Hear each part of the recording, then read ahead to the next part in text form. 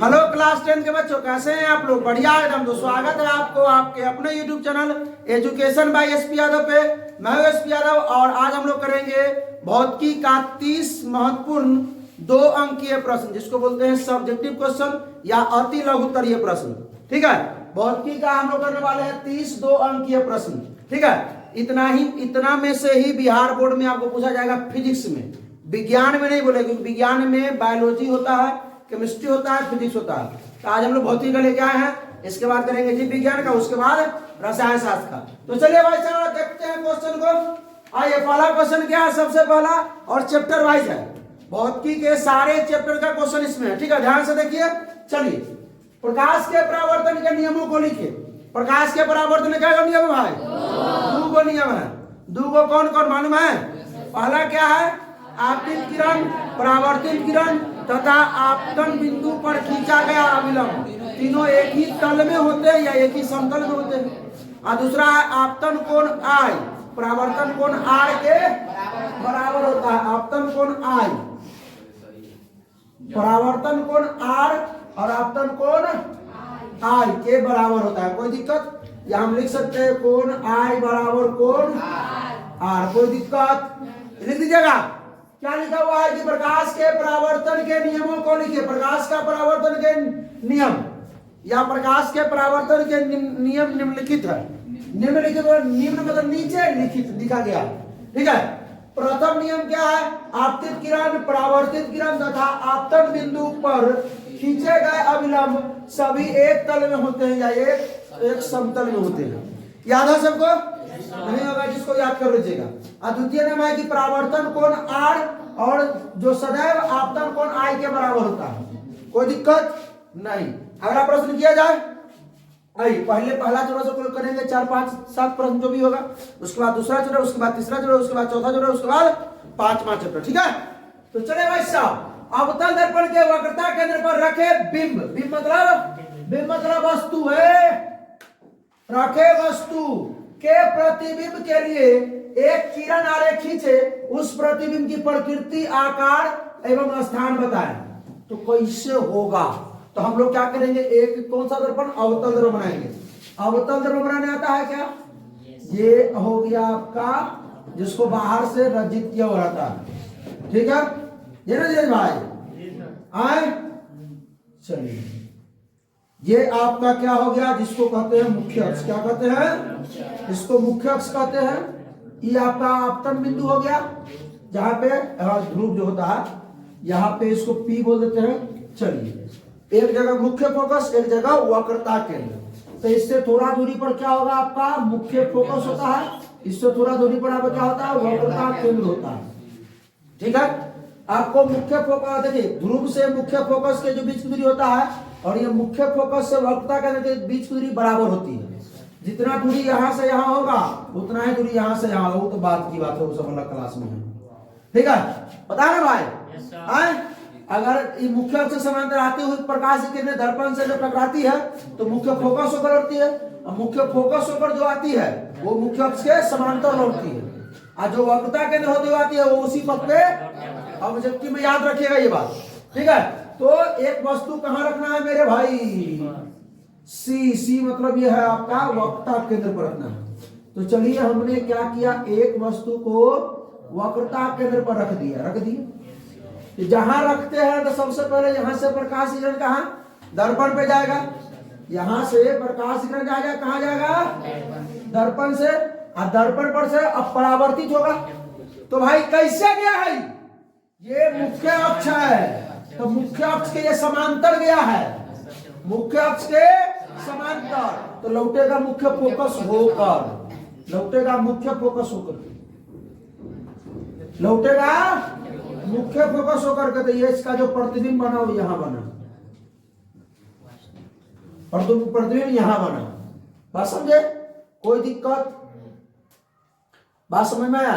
अब आप चाहे तो यहां से भी ले सकते हैं, क्योंकि वक्रता केंद्र पर रखा हुआ है, तो यहां से फोकस यहां से भी गुजार सकते हैं। यहाँ देखिए, यहां से भी ला सकते हैं।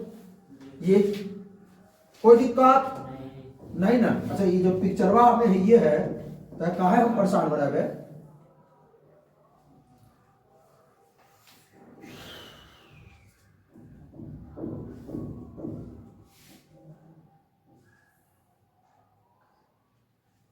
ये हो गया।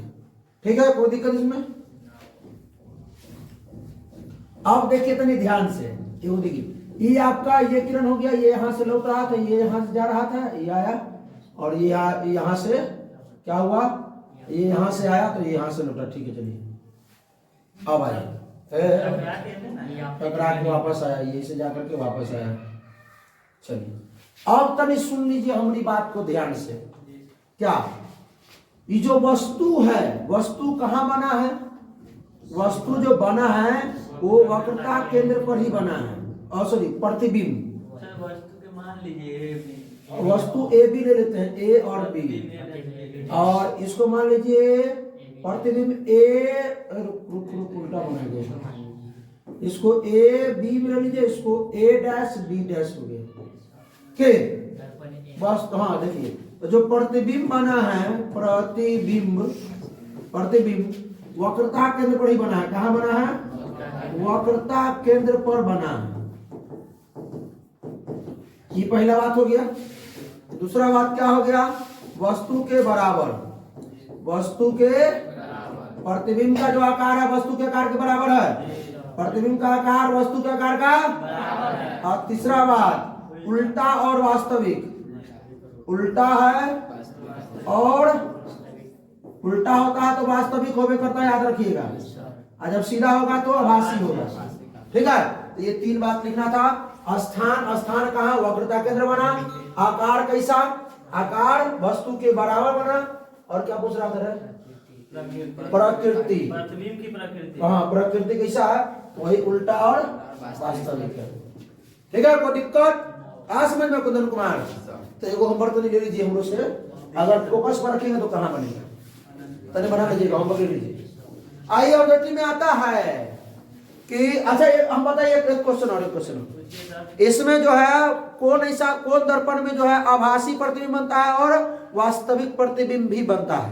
अवतल दर्पण में। उत्तल में केवल काल्पनिक और सीधा। अच्छा, अवतल दर्पण में तो सब उल्टे बनता है। कहाँ पर वस्तु रखेंगे तो सीधा बनेगा?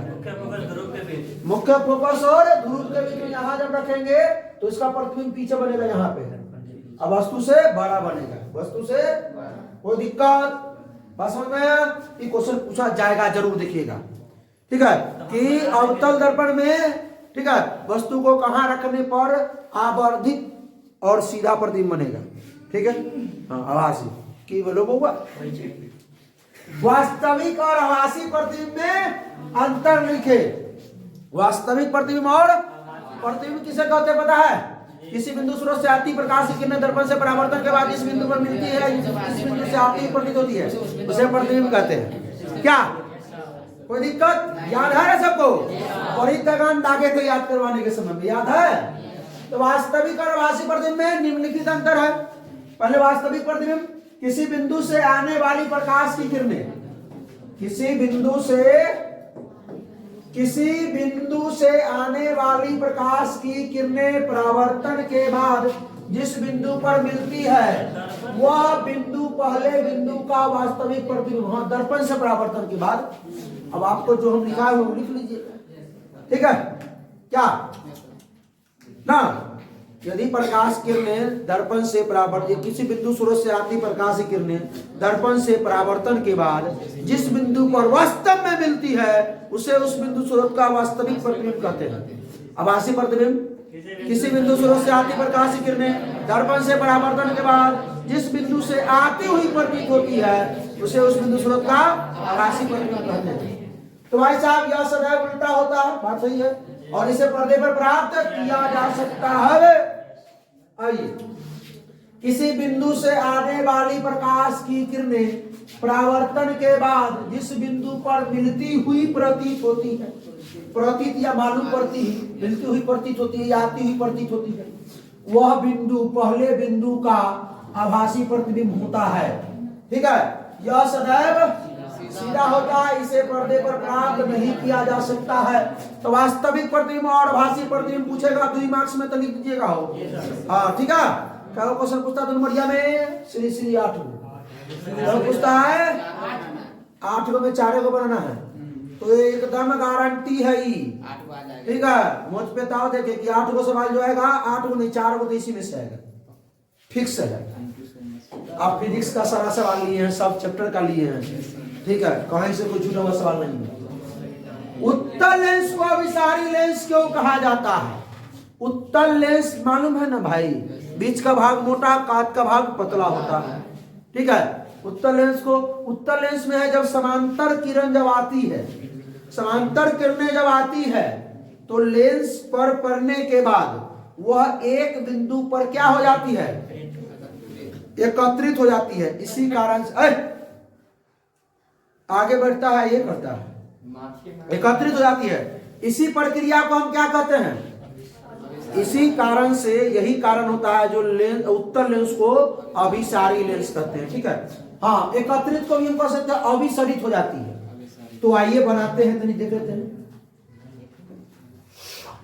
पिक्चर को बना दीजिएगा तो निम्न देगा नंबर, ये वक्रता केंद्र है, ठीक है। इस 30 को क्वेश्चन को कॉपी में लिख लीजिएगा, उसके बाद फिजिक्स की तैयारी करने की आवश्यकता नहीं आप लोगों को कहीं से, उसी को खाली देखना है, रोज रोज निहारिए ऊपर फोटो, ठीक है। हाँ, आईना में जरा मुंह देखते हैं तेना, ठीक है। चलिए, तो आए ये आपका, इसको रहने दीजिए प्रधान अक्ष को। अब मुख्य अक्ष के समांतर हम लाते हैं, क्या कर लाते हैं? प्रधान अक्ष। मुख्यमंत्री मानेंगे बुखार लगा देंगे जैसे बोला था। समांतर अगर किरण आएगा तो क्या हो जाएगा? ये एक बिंदु पर अभिसरित हो जाएगा, एक बिंदु पर क्या हो जाएगा? एकत्रित। एक फोकस इसका यहां होता है, एक फोकस यहां होता है, तो ई वाला फोकस पे आकर के सब क्या हो जाएगा? एकत्रित हो जाएगा, ठीक है। तो इसी कारण से इसको कहते हैं झामला।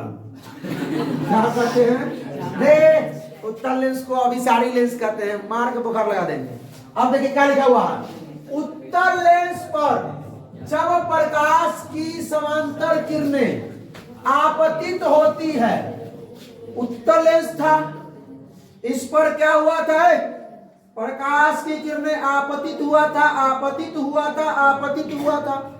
होने के बाद तो लेंस के अपवर्तन के बाद, क्योंकि दर्पण में परावर्तन होता है, लेंस में अपवर्तन, परावर्तन मतलब पढ़ने के बाद लौट जाना, पढ़ने के बाद लौट जाना, अपवर्तन मतलब पढ़ने के बाद घूम जाना, मुड़ जाना, ठीक है।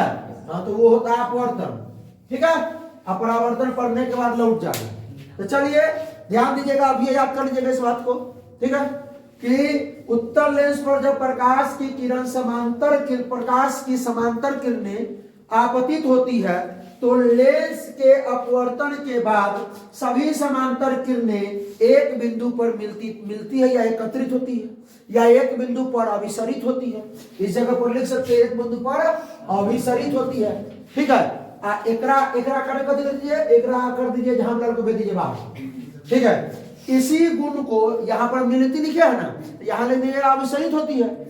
इस गुण के कारण ही लेंस, इस लेंस को या उत्तल लेंस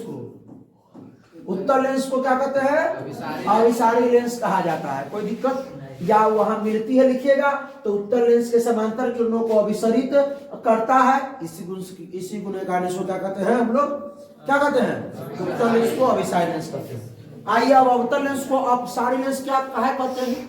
तो वही बात है, पहले अवतल लेंस बनाएंगे हम लोग। अवतल लेंस के बीच का भाग पतला, काट का भाग मोटा, बड़ी मार मारेंगे तुम्हारा लोग के लिए, हर बार गड़बड़ हो जाता है, क्या बात है? हाँ, ये हुई ना बात, ये होगा फोकस 1 हुआ, ये फोकस 2 हुआ, फोकस 1 और फोकस, कैमरामैन फोकस करो। अब कैमरामैन नहीं है रे, फोकस करेगा। ये मुख्य अक्ष है, ये इसके समांतर आती प्रकाश की किरणें, ठीक है।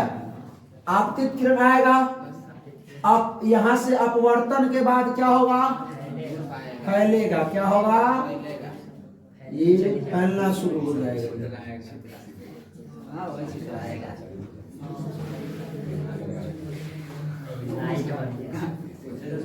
ठीक है, ये क्या हो जाएगा, फैल एक बिंदु से अपसरित हो जाएगा, अपसरित।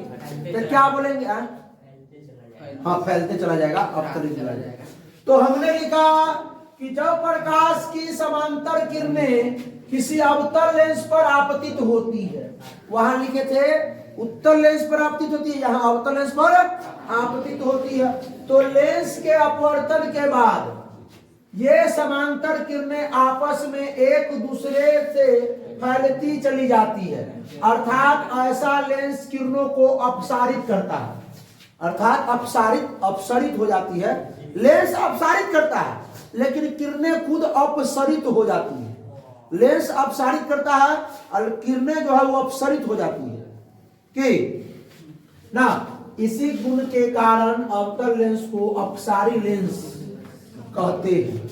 बढ़ा जाएंगे, कोई दिक्कत, कोई परेशानी, कोई कष्ट का, कोई कष्ट बा तो मुंह दम बनेले हते कुंदान कुन मार लो का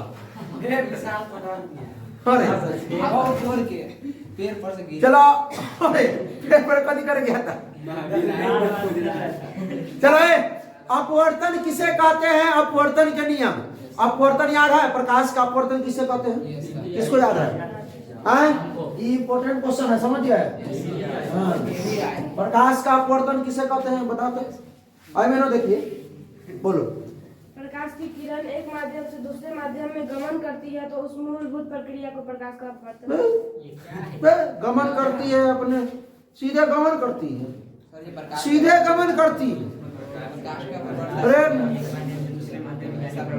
दिशा परिवर्तन अर्थात मुड़ने की क्रिया, दिशा परिवर्तन होगा ना भाई, तो अर्थात मुड़ने की प्रक्रिया न लिख, लेकिन दिशा परिवर्तन लिखेगा ना। रे प्रकाश किरण एक माध्यम से दूसरे माध्यम में जाए, सघन माध्यम से विरल माध्यम में जाए, चाहे विरल माध्यम से सघन माध्यम में जाए, जाने पर मुड़ने की क्रिया को प्रकाश का अपवर्तन कहिए, या मुड़ने की क्रिया ना, दिशा परिवर्तन पहले करें तब अर्थात मुड़ने की क्रिया लिखिए। आप दोनों लिख दीजिए, चाहे अकेला ही वो लिखिए, बात बराबर, दोनों लिखिए। प्रकाश की किरण एक माध्यम से दूसरे माध्यम में जाने पर दिशा परिवर्तन अर्थात मुड़ने की क्रिया को क्या कहते हैं, प्रकाश का अपवर्तन। दो गो नियम होता है मालूम है ना, जैसे प्रकाश का परावर्तन दो नियम, लेकिन उसमें आपतन कोण परावर्तन कोण बराबर होता है, लेकिन इसमें आपतन कोण की जया और अपवर्तन कोण की जया का अनुपात एक नियतांक होता है। बड़े साइन है, बड़ा साइन है, और साइन है बड़ा साइन है का नाम हो गया प्रकाश का अपवर्तन। प्रकाश देखिए यहां से निकल शुरू हुआ, प्रकाश की किरण एक माध्यम से दूसरे माध्यम में गमन करने पर अपने मूल पथ से मुड़ जाती है। देखिए उसी बात को तो घुमा दिया गया। गमन जब उसमें हमने क्या बोला कि एक माध्यम से दूसरे माध्यम जाती है, इसमें क्या बोला एक माध्यम से दूसरे माध्यम में गमन करती है, तो गमन करने पर दिशा परिवर्तन या अपने मूल पथ से मुड़ जाती है, इसे प्रकाश का अपवर्तन कहते हैं। प्रकाश के अपवर्तन के दो नियम है। पहला नियम, आपतित किरण, अपवर्तित किरण तथा अपवर्तक सतह के आपतन बिंदु पर खींचा गया अभिलंब तीनों एक ही तल में होते हैं।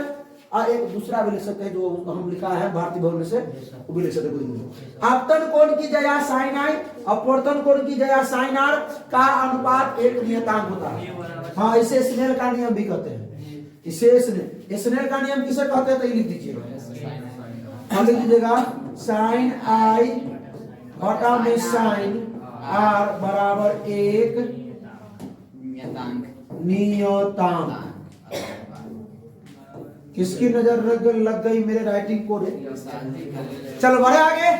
हाँ लीजिए, इसे स्नेल का नियम भी कहते हैं। बढ़ा जाएंगे, मजा आ जाएगा, नहीं तो स्प्राइट जरूर आएगा, टेंशन मत लीजिए। हाँ। उत्तल दर्पण एवं अवतल दर्पण में अंतर लिखे भाई। हम लिखे है तनी ढेर ढेर, तो आप लोगों को डेढ़ को लिखना है, डेढ़ को, मतलब दुद्दू को लिखिएगा, दुद्दू। हाँ, हम मैक्सिमम तीन को लिखिएगा, पांच को नहीं लिखिएगा, दुइये नंबर मिलवे करेगा, समझ रहे हैं? तो उत्तल दर्पण एवं अवतल दर्पण में अंतर स्पष्ट कीजिए। तो लिखना है अच्छा ऐसे ना लिखी हो, हमारा पास जगह के कम पाई था। हाँ, आप लोग के पास 1.5 कट्ठा जमीन रहेगा, हमारा पास मात्र 10 दूर है, वो 10 दूर। तो आप लोग इतना लिखिएगा, उत्तल दर्पण हाँ, एक नंबर देख गया, 2 नंबर।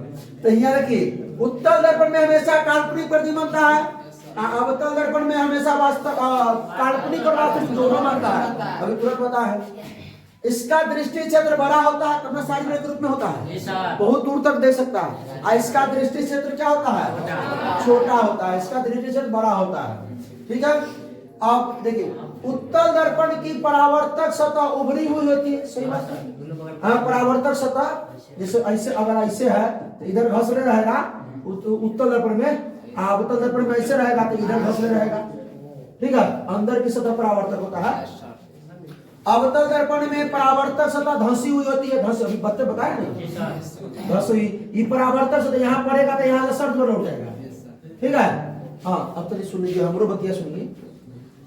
इसमें प्रतिबिंब छोटा बनता है, सही बात है। इसमें प्रतिबिंब बड़ा बनता है, छोटा बनता है, बराबरी बनता है।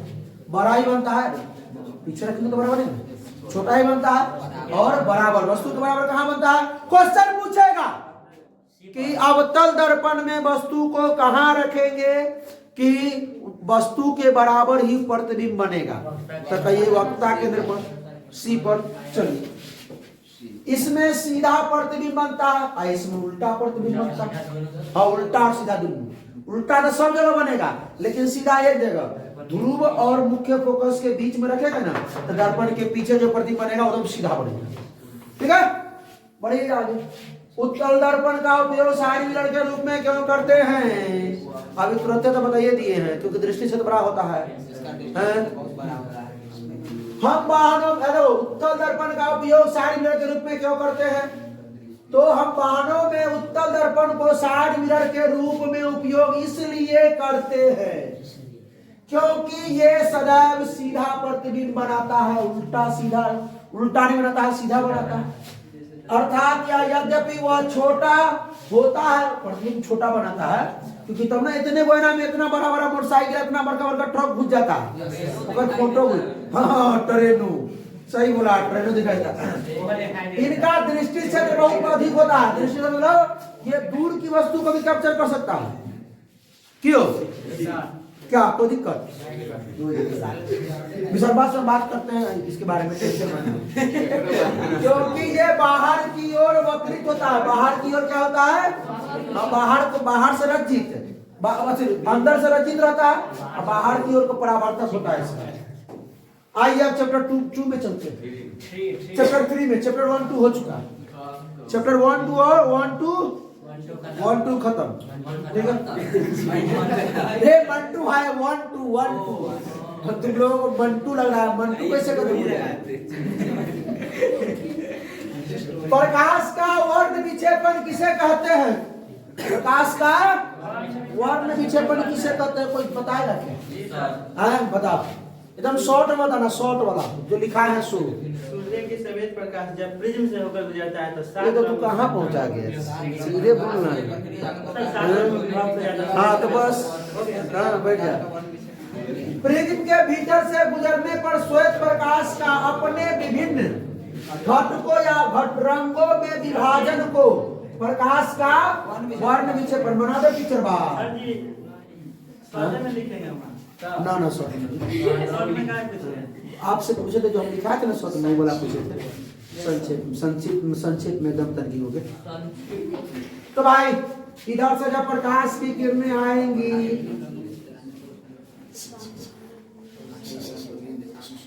चलिए अब यहां से फैल जाएगा।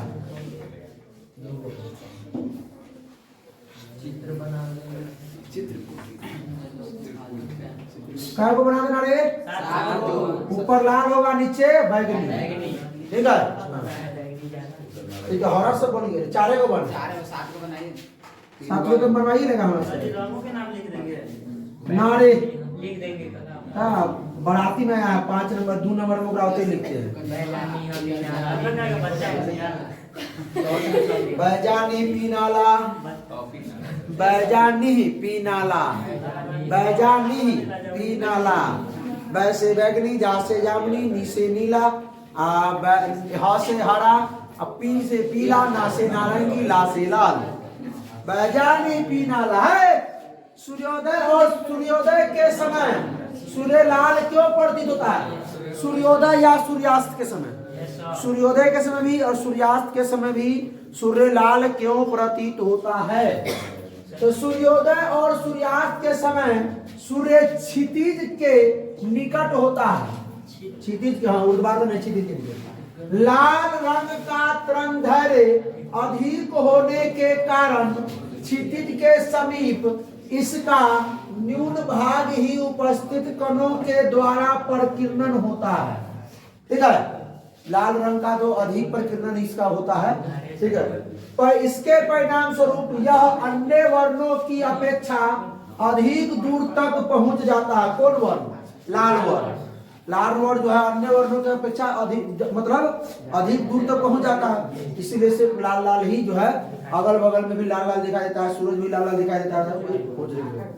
जब यह किरणें हमारी आंखों में पड़ती है तो हमें सूर्य रक्ताभ प्रतीत, रक्ताभ मतलब लाल, पूरा लाल नहीं, रक्ताभ रक्त मतलब लाल रंग का रहता है ना।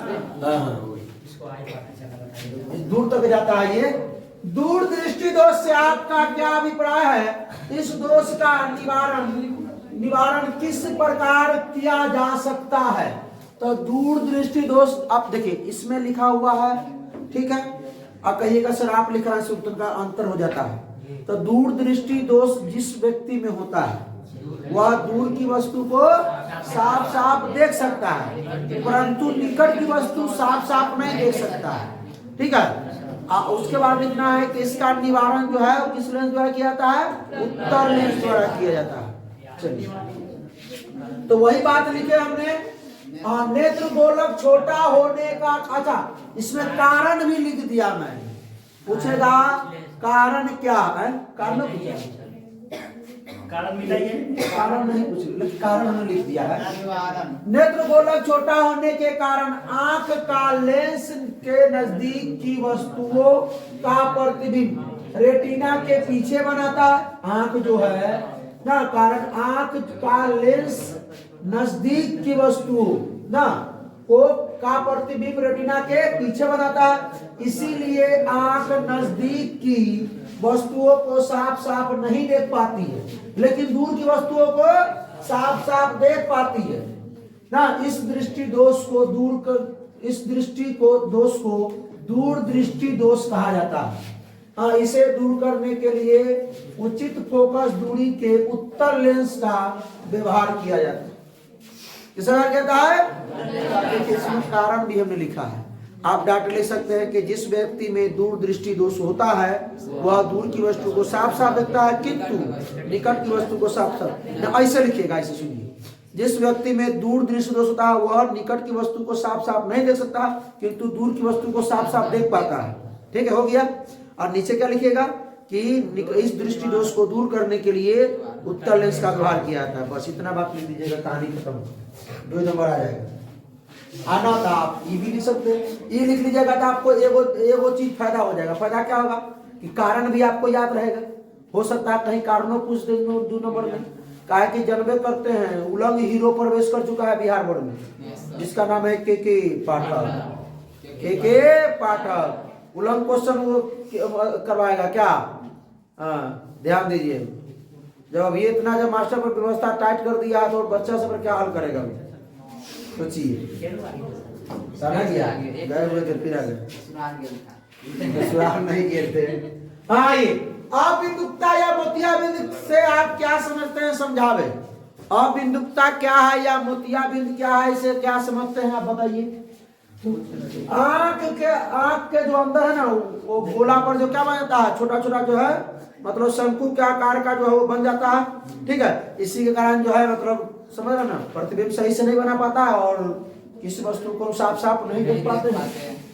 तो आंख के सामने, आंख के अंदर सामने की सतह या लेंस की गोलाई पर शंकु जैसे संरचनाएं अपर्याप्त मात्रा में हो जाती है, मतलब बहुत ज्यादा मात्रा में हो जाती है गोला पर, जिससे वह व्यक्ति विशेष रंगों की पहचान नहीं कर पाता है। कोई आप देखिए जिसमें मोतियाबिंद है, जैसे मान लीजिए तू पेन ले है तो वो रंग नहीं देख सकता, कोई किसी को काला रंग नहीं बुझाएगा, किसी को लाल रंग नहीं बुझाएगा, वो पहचान नहीं करेगा जिसको मोती, लेकिन एक के बाद सब रंग नहीं पहचान होता, सब रंग नहीं मतलब चला जाता उसका देखने की क्षमता, सब रंग को देखने की क्षमता एक के बाद में नहीं होता है। मोतियाबिंद में धीरे धीरे एक एक रंग को खोता है, ठीक है, एक एक रंग को पहचानना बंद कर देता है और अंत में सब रंग पहचानना बंद कर देता है, तब अंत में पूरा काला ही काला दिखता है, कहता है राते है।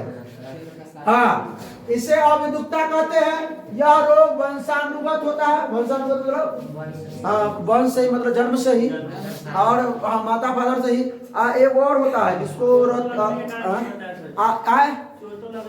हाँ, और बता सुनिए ना,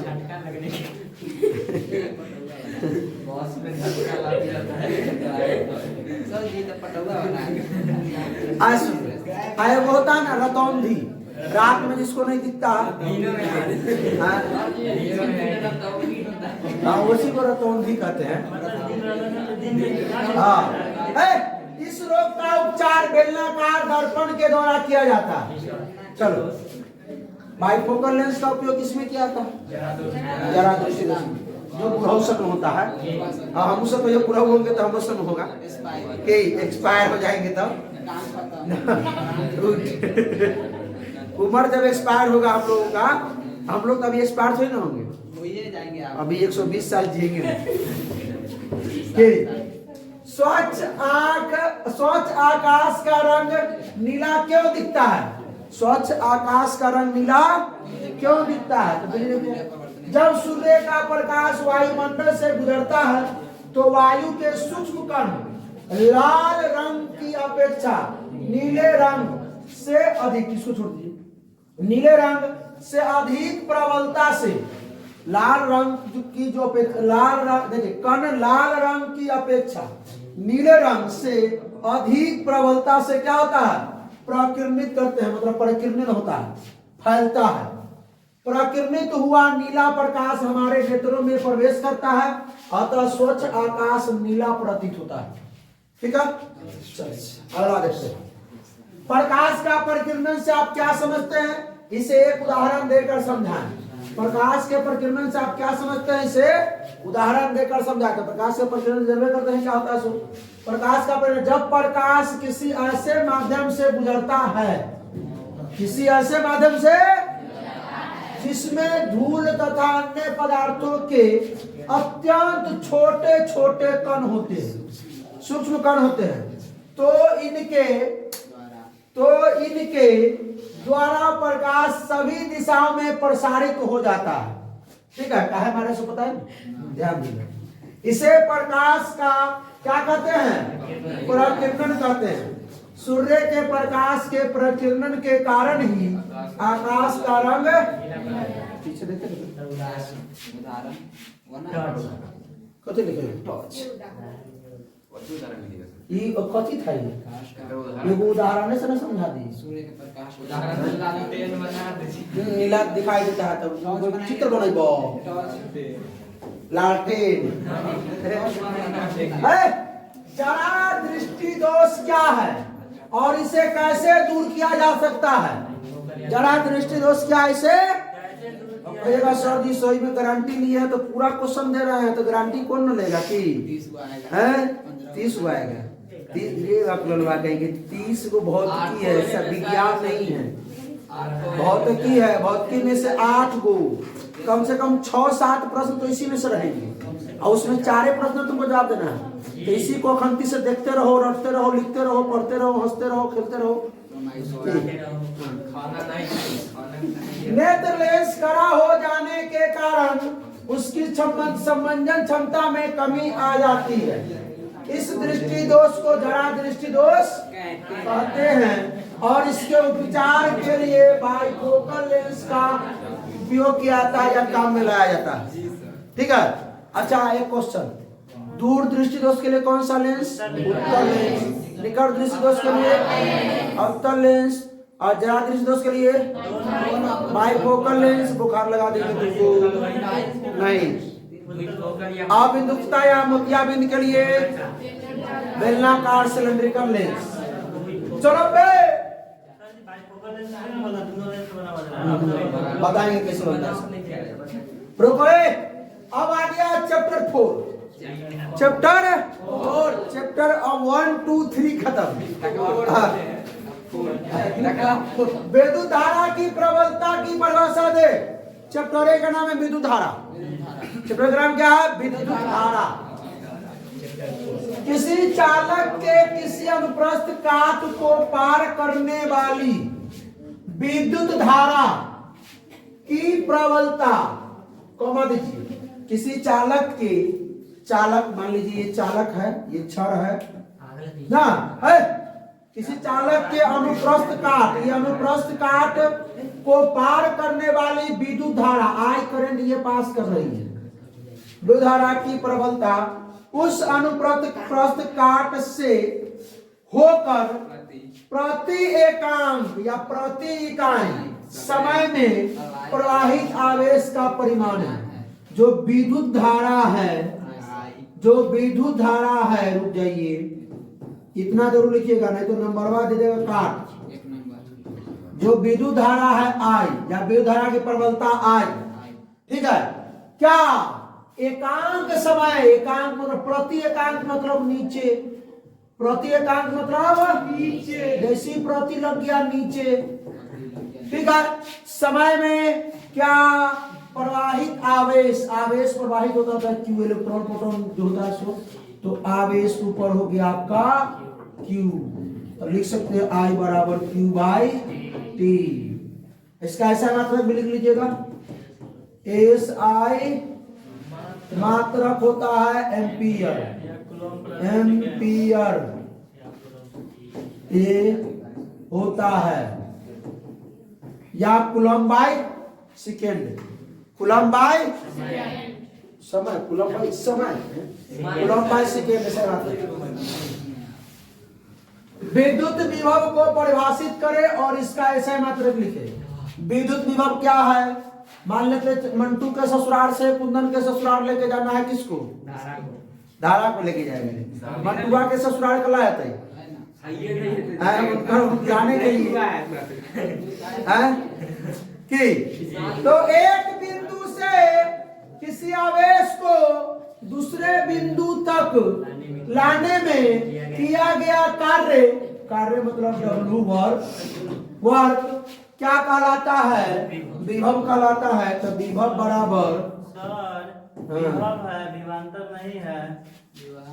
विद्युत विभव इकाई धनावेश को यूनिट चार्ज में है, यूनिट चार्ज को हम क्यू नॉट मानते हैं। क्या मानते हैं? वो नहीं बोल रहे हैं ना, चलेगा, कोई दिक्कत नहीं चलेगा। इकाई आवेश मतलब यूनिट चार्ज। एक इकाई धनावेश को एक बिंदु से दूसरे बिंदु तक ले जाने में किए गए कार्य की मात्रा विद्युत विभव। बात दोनों किस में? विभव में, विभव में अनंत से लाना होता है। बिंदु से ला रहे हैं। एक बिंदु विद्युत क्षेत्र के एक बिंदु से दूसरे, एक बिंदु नहीं, हाँ एक बिंदु नहीं, एक बिंदु से दूसरी बिंदु तक विभवांतर के परिभाषा दे दीजिए। सही है, अनंत से लिखिए, अनंत से ना, एक बिंदु तक, अनंत से एक बिंदु तक ले जाने में। अनंत यहाँ है, मान लीजिए, जिसको पोटेंशियल कहते हैं कि अनंत से किसी एक बिंदु तक ले जाने में जो किया गया कार्य होगा, तो किसको ला रहे हैं भाई? क्यू नॉट को, यूनिट आवेश को। तो ये हो गया विभव बराबर क्या? कार्य बटा में किसको ला रहे हैं? किसको ला रहे हैं? आवेश को। कोई दिक्कत? इसका एसआई मात्रक क्या हो जाएगा? एसआई मात्रक वोल्ट हो जाएगा। एसआई मात्रक क्या हो जाएगा? वोल्ट या जूल प्रति कूलम, जूल प्रति कूलम। कोई दिक्कत? तब इकाई धनावेश को अनंत से एक बिंदु तक ले जाने में किया गया कार्य जो है वो क्या कहलाता है? विद्युत विभव कहलाता है। चलिए, कोई दिक्कत? कार्य बटा आवेश फॉर्मूला होता है विभव का, ठीक है, और इसका ऐसा मात्रक क्या होता है? वोल्ट होता है। बढ़ा जा आगे। अगला क्या है? किसी विद्युत परिपथ में लघु पतन कब होता है? लघु पतन जब ठंडा और गर्म सट जाता है एक साथ, जब धनावेश और ऋणावेश एक साथ संपर्क में अचानक किसी कारणवश जब आ जाएंगे तो शॉर्ट सर्किट को ही लघु पतन कहते हैं। इसको बचाने के लिए फ्यूज का उपयोग किया था, पता ना? चलिए, तो विद्युत मतलब विद्युत मतलब जो बिजली की, जिस तार में बिजली हो, जिस तार में बिजली उपस्थित हो ना, विद्युतमय तार अथवा धनात्मक तार तथा उदासीन तार, जिसमें एगो में करंट रहता है, एगो में करंट नहीं रहता है। जिसमें करंट रहता है उसको गर्म कर दे, जिसमें करंट रहता है उसको ठंडा कर दे।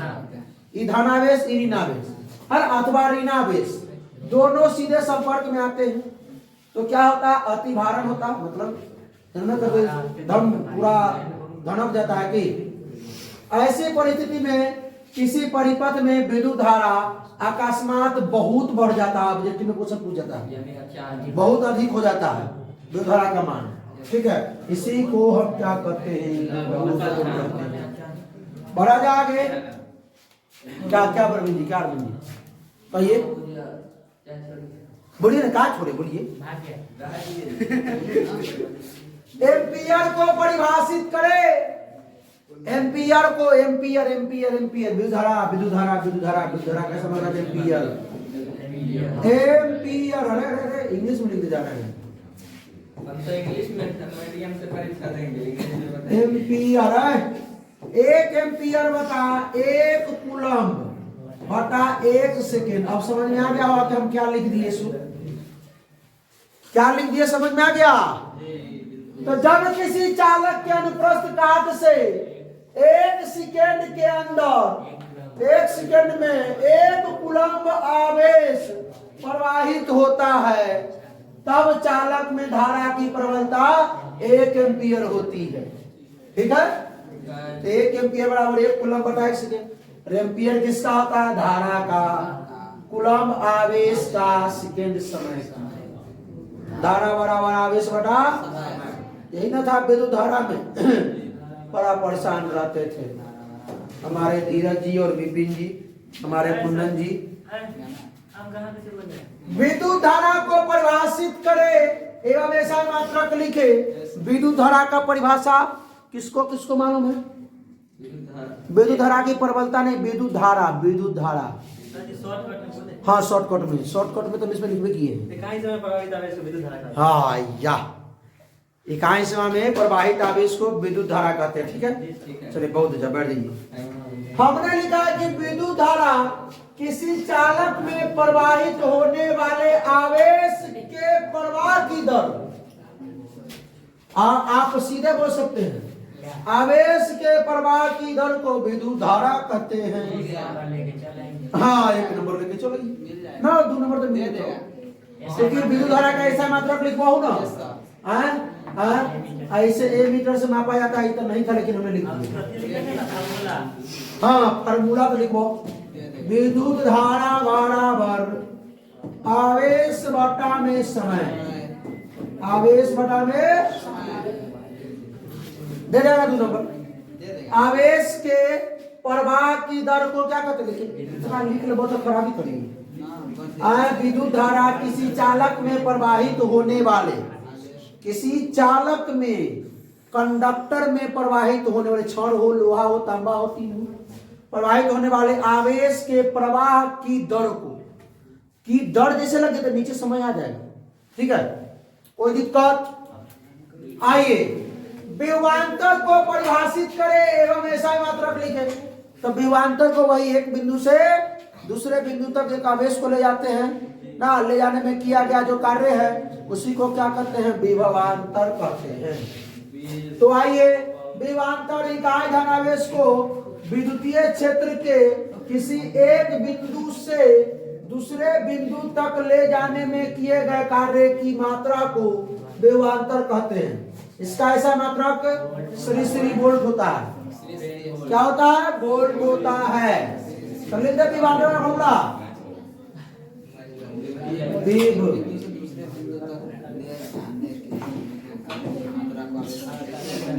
अच्छा एक चीज और, विभव जो है वो परिभाषित है नहीं, विभव डिफाइन नहीं है, पोटेंशियल डिफाइन नहीं है फिजिक्स में।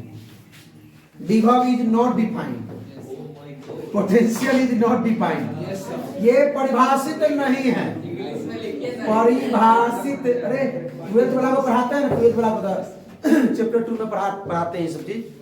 हाँ, इलेक्ट्रिक पोटेंशियल एंड कैपेसिटेंस में है ये। तो उसमें इंग्लिश में पढ़ाते हैं। हाँ, हो गया स्टार्ट नया बैच। कल ही हुआ 12th का नया बैच स्टार्ट हो गया, कल ही स्टार्ट हुआ है। 5 घंटा 5 घंटा लगातार क्लास होता है। तो 1 घंटा हम फिजिक्स लेते हैं, 1 घंटा मैथ लेते हैं। बाकी केमिस्ट्री मतलब दूसरा टीचर पढ़ाते हैं। तो जब का इंग्लिश पहले तो किस तरह सब केमिस्ट्री में कौन टीचर है वो टीचर परिचय कराएंगे तुम लोगों को, टेंशन मत लो।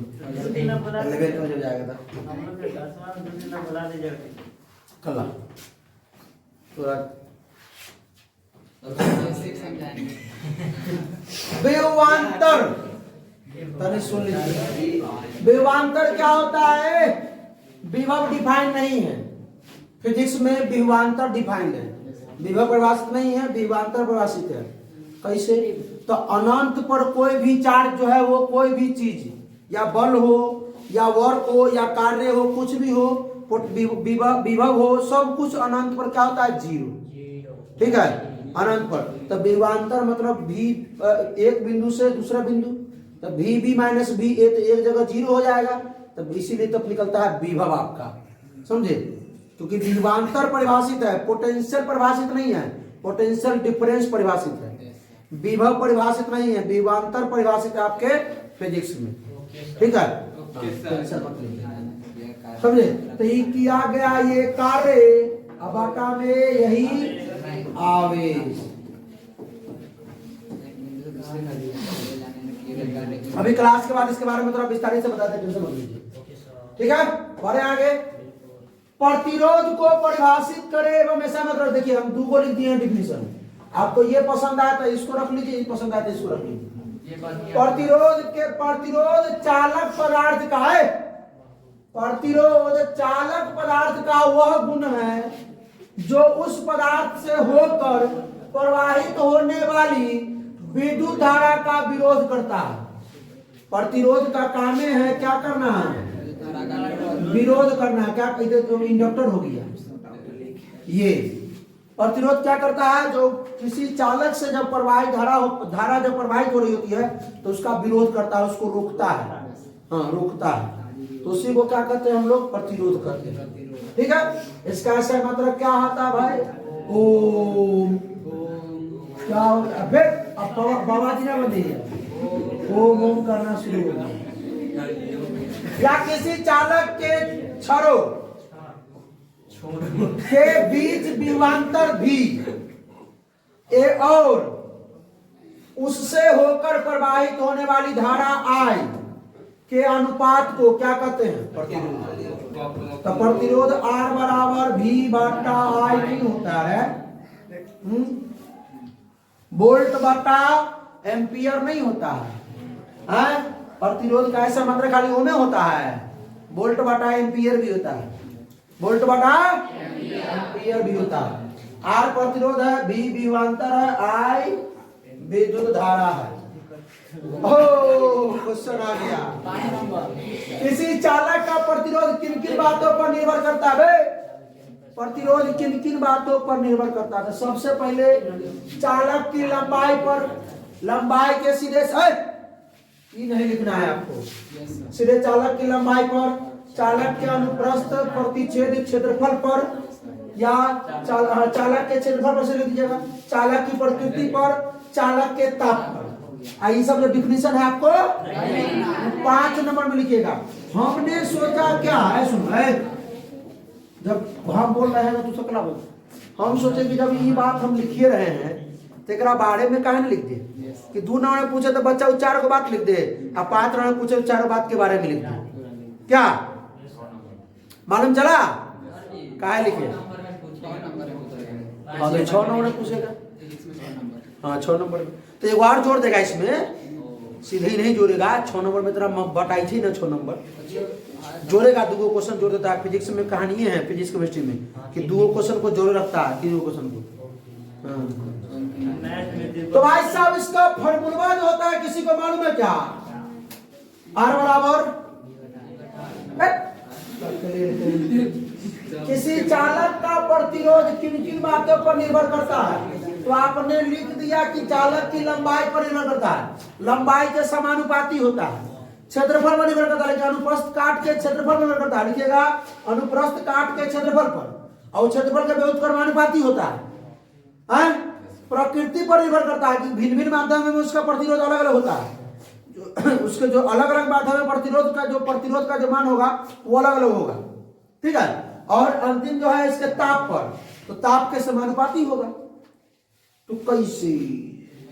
तो ये होता है, एक कांस्टेंट आता है रो, एक जो नियत टर्म है वो है रो, जिसको घनत्व बोलते हैं। ये प्रतिरोधकता है, इसमें प्रतिरोधकता है ये L बटा में A। R जो है बे, R जो है ये किसके, L के लंबाई के समानुपाती है और क्षेत्रफल के व्युत्क्रमानुपाती है। अगर प्रतिरोधकता पूछता है तुमसे, इसको प्रतिरोधकता बोलते हैं। क्या बोलते हैं? तो ये जो प्रतिरोधकता जो है वो RA बटा में L होता है। अब बहुते बार इसका ऐसा मतलब पूछा प्रतिरोधकता का, प्रतिरोधकता या विशिष्ट प्रतिरोधकता। विशिष्ट प्रतिरोध किसे कहते हैं या प्रतिरोधकता किसे कहते हैं? RA, तो ए देखिए एरिया का, क्षेत्रफल का मीटर स्क्वायर, एकड़ मीटर, देखो मीटर खत्म, R का ओम इंटू मीटर। प्रतिरोध का ऐसा मतलब बोलो, ohm into metre, ohm into प्रतिरोधकता क्या बोलेंगे? तो प्रतिरोधकता का पुत्र पूछ रहे हैं, प्रतिरोध बोले आप। देखो बुखार लगा देंगे पूरा। हम आप मुंह से लेकिन प्रतिरोध बोले। प्रतिरोधकता बोलना है, प्रतिरोधकता कैसा मतलब बोलो, ओम इंटू मीटर। प्रतिरोधकता कैसा मतलब ओम इंटू मीटर। अब प्रतिरोध का ऐसा ही मतलब क्या होगा? ये ओम तो होता है, दूसरों कम से कम निकालना है, एक के बोल और ये को नहीं समझ रहा ना, ये को अच्छा ओमे का दूसरा संभाल की चलो आए अब देखो यार पूरा ओम नमः शिवाय भी पढ़ दिया। अरे आ गया रे, प्रतिरोधकता या विशिष्ट प्रतिरोध क्या है? तो किसी चालक का प्रतिरोध उसकी लंबाई L के समानुपाती और उसके अनुप्रस्थ काट के क्षेत्रफल एरिया के व्युत्क्रमानुपाती होता है, ठीक है। ये P नहीं है, रो है, रो। चालक के पदार्थ का प्रतिरोधकता या विशिष्ट प्रतिरोध कहलाता है। तो रो बराबर RL बटा A बटा ठीक है। ऊपर चपर करेगा तो बुखार लगा देंगे। इसका ऐसा मात्रक है, ऐसा मात्रक भी लिखना, ohm into metre, ohm into metre. 24 प्रश्न हम लोग कर चुके हैं। बिजली के बल्ब में निष्क्रिय गैस क्यों भर जाती है? ना भरेगा तो पड़ाक मार देगा, बड़ा। क्योंकि बिजली के बल्ब में टंगस्टन जो नाइक्रोम का तार यूज किया जाता है, ठीक है। बिजली के बल्ब में बारीक तार की ऐंठी हुई कुंडली होती है जिसे फिलामेंट कहते हैं। क्या कहते हैं? इसी फिलामेंट से जब विद्युत धारा प्रवाहित होती है तब हमें प्रकाश मिलता है। फिलामेंट से जब विद्युत धारा प्रवाहित होती है, करंट जब जाएगा तो क्या मिलता है हमें? प्रकाश मिलता है। यदि फिलामेंट से हवा के माध्यम में धारा प्रवाहित कराई जाए तो यह फिलामेंट हवा की ऑक्सीजन से ऑक्सीकृत होकर भंगुर हो जाएगा, यानी टूट जाएगा। इसलिए बल्ब की हवा निकाल कर निष्क्रिय गैस भर दी जाती है, ठीक है। अगर ऑक्सीजन से ऑक्सीकृत होकर तो प्रक दे मार देगा। फ्यूज हो जाता है। विद्युत फ्यूज क्या होता है, इसके उपयोगिता को लिखे। विद्युत फ्यूज क्या होता है, इसके उपयोगिता को लिखे। विद्युत फ्यूज जो है वो वही शॉर्ट सर्किट या लघु पतन से बचाने के लिए यूज किया था। ये किससे बना होता है? लेड और टीन से, शीशा और टीन से।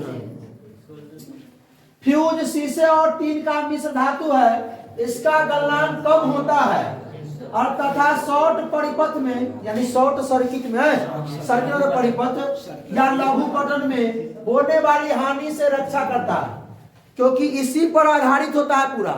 जैसे कहीं शॉर्ट लगेगा वहां पर जो फ्यूज लगा हुआ बोर्ड में अंदर पट उड़ जाएगा, वहां से पहले गल जाएगा, वो पहले वो गल जाएगा, समझा। हाँ, सब जगह का पूरा घर का लाइन कट जाएगा। हाँ, एक बार मानेंगे वो चेक करता है। हाँ हाँ, अरे उससे पहले तो बाहर गया एमसीबी आ गया, वो बाहर एमसीबी लगा हुआ है, कहीं शॉर्ट होगा पहले एमसीबी गिर जाएगा। हाँ वही, इसको प्रभाव नहीं पड़ने देगा, ऑटोमेटिक। हाँ, एक पप्पा वहाँ बैठल है। हाँ, तो पहले पप्पा को तकलीफ उकलीफ होगा, बेटा को बाद में होगा के। अच्छा चुप, आप तो बहुत रिश्ता खोज रहा है। चलाए, फ्यूज का उपयोग परिपथ को अति भारण तथा लघु पतन से बचाने के लिए होता है, मतलब जलना, शॉर्ट सर्किट होना से उससे बचाने के लिए होता है। ठीक है, बढ़ा जाएगा। 27 नंबर क्वेश्चन आ गया, उत्तम ईंधन के कौन कौन से लक्षण हैं? तो उत्तम, इसका उष्मीय मान अधिक होना चाहिए, उत्तम ईंधन जो होता है सो ना, इसका ज्वलन ताप उचित होना चाहिए, इसके दहन की दर संतुलित होना चाहिए, यह सस्ता होना चाहिए, दहन के बाद विषैली गैस नहीं निकलनी चाहिए, इसका भंडारण तथा प्रयोग विधि सरल एवं सुरक्षित होनी चाहिए। उत्तम ईंधन आई चैप्टर कैसे है? अरे हमरो तनी बतिया सुना, हमू यहाँ खड़ा है, अपने बतिया ले बता हो गई। अब आइए चैप्टर 5 का क्वेश्चन है, वो देखा चैप्टर 6 का क्वेश्चन था। हाँ, ये चैप्टर 5 का क्वेश्चन है भाई, वाम हस्त के नियम, चैप्टर 5। ठीक है, वाम हस्त के नियम एनसीईआरटी में नहीं है भाई, चैप्टर 5 में ये देखिएगा। तो वाम हस्त में इसे ई तर्जनी है, ई लुलैया हाथ है ना। हाँ देखिए यहाँ ध्यान दीजिए, दिखाई दिया, ये तीनों एक दूसरे से 90 डिग्री पर है, एक दूसरे से समकोणिक है। ये तर्जनी है, ये अंगूठा है और ये मध्यमा है। तर्जनी दिखाता है विद्युत क्षेत्र को, तर्जनी दिखा रहा है, पहले सुनना, वही लिखना है तुमको वहाँ।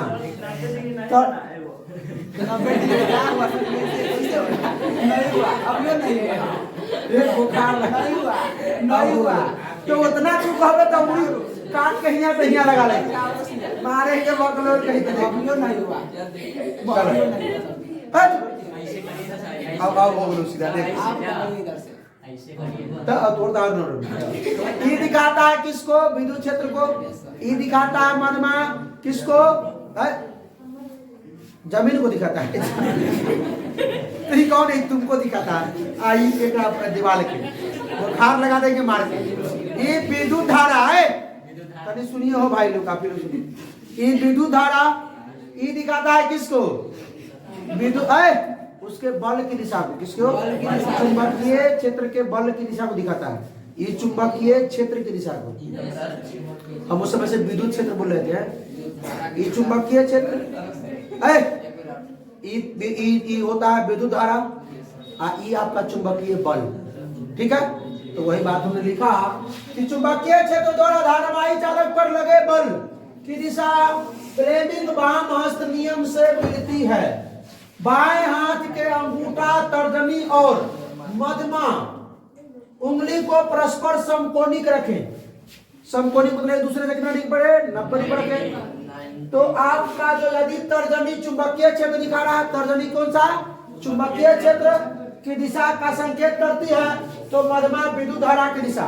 मध्यमा कौन सा? विद्युत धारा का, आई चुंबकीय बल की दिशा ना। और उस पर देखिए तो अंगूठा चालक की गति पर लगे बल की दिशा का संकेत दे करेगा।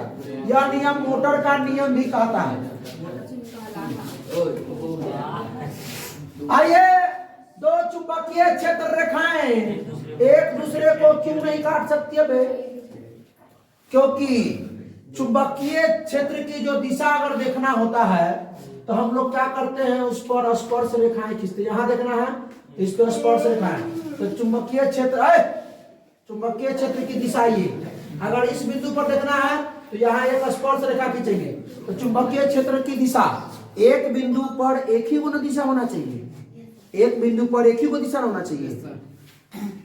ये चुंबकीय क्षेत्र रेखाएं हैं, उस पर दिशा हमको देखना है। चुंबकीय क्षेत्र की दिशा, इलेक्ट्रिक फील्ड का मैग्नेटिक फील्ड का डायरेक्शन अगर देखना है हमको, तो हम किसी भी बिंदु पर देखेंगे तो उस पर एक क्या खींचेंगे, स्पर्श रेखा खींचेंगे। क्या खींचेंगे, स्पर्श रेखा खींच के उसका दिशा देखते हैं। तो एक बिंदु पर क्यों नहीं हुआ, अगर जैसे इसको काट देंगे तो एक बिंदु पर देखिए एगो ये स्पर्श रेखा हो जाएगा, एगो ये स्पर्श, तो एक बिंदु पर दो दिशाएं हो जाएगी, जो कि असंभव है। एक बिंदु पर दो दिशाएं नहीं होगी चुंबकीय क्षेत्र का। तो देखो बात समझ में आया कि नहीं समझ में आया? समझ में आया? इतना समझा देगा? ध्यान कहाँ रहता है तुम्हारा? आड़ी बाड़ी में बात भटक गया। चुंबकीय क्षेत्र रेखाएं में दिशा कैसे देखते हैं? दिशा जिस बिंदु पर देखना होता है उस बिंदु पर स्पर्श रेखा खींचते हैं, तो वह स्पर्श रेखा बताता है हमको चुंबकीय क्षेत्र की दिशा। क्या बताता है? दिशा, दिशा बताता है। ठीक है, तो एक बिंदु पर एक क्यों दिशा रहेगा, और ऐसे तनको हट कर देखिएगा ना तो तनको एने मुड़ जाएगा स्पर्श रेखा खींचेंगे तो। अब मान लीजिए कि यहाँ पर खींचे तो स्पर्श रेखा कहाँ खींचा गया है, दो खींचा गया, तो एक ही बिंदु पर एगो इधरो दिशा हो गया, एगो इधरो, तो जो कि असंभव है। एक बिंदु पर दो दिशाएं नहीं हो सकती है। इसी कारण से ये चुंबकीय क्षेत्र रेखाएं जो है वो नहीं काटती है एक दूसरे को। ठीक है, क्लास जब 12th में जाइएगा, किसमें समझे, तो फिजिक्स में चैप्टर 1 में पढ़ने को मिलेगा ये चीज। चैप्टर 1 में पहले ही में विद्युत आवेशता क्षेत्र में दो चुंबकीय क्षेत्र रेखाएं कभी एक दूसरे को प्रतिच्छेद नहीं करती है। यदि वे कभी एक दूसरे को प्रतिच्छेद करेंगे तो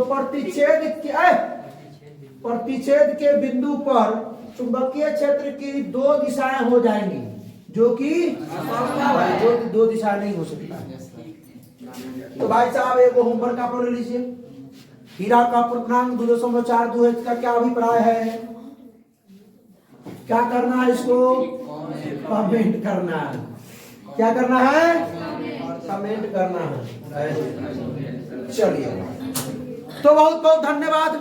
आप लोग इतना समय तक मेरे साथ बने रहे। आप लोगों को वीडियो अच्छा लगा, मजा आया होगा, तो सिर्फ स्प्राइट नहीं मंगाइएगा, वीडियो को शेयर भी कर दीजिएगा। ठीक है, अपने दोस्तों के साथ, समझे? तो फिर मिलते हैं इसके अगले लेक्चर में। अगले लेक्चर में क्या आने वाला है?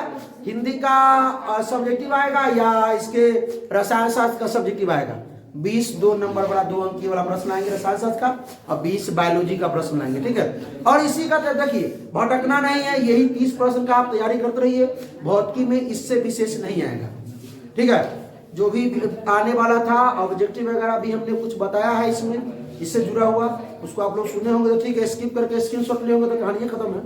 ठीक, तो फिर मिलते हैं इसके अगले लेक्चर में। तो हंसते रहिए, मुस्कुराते रहिए, पढ़ाई करते रहिए। All the best.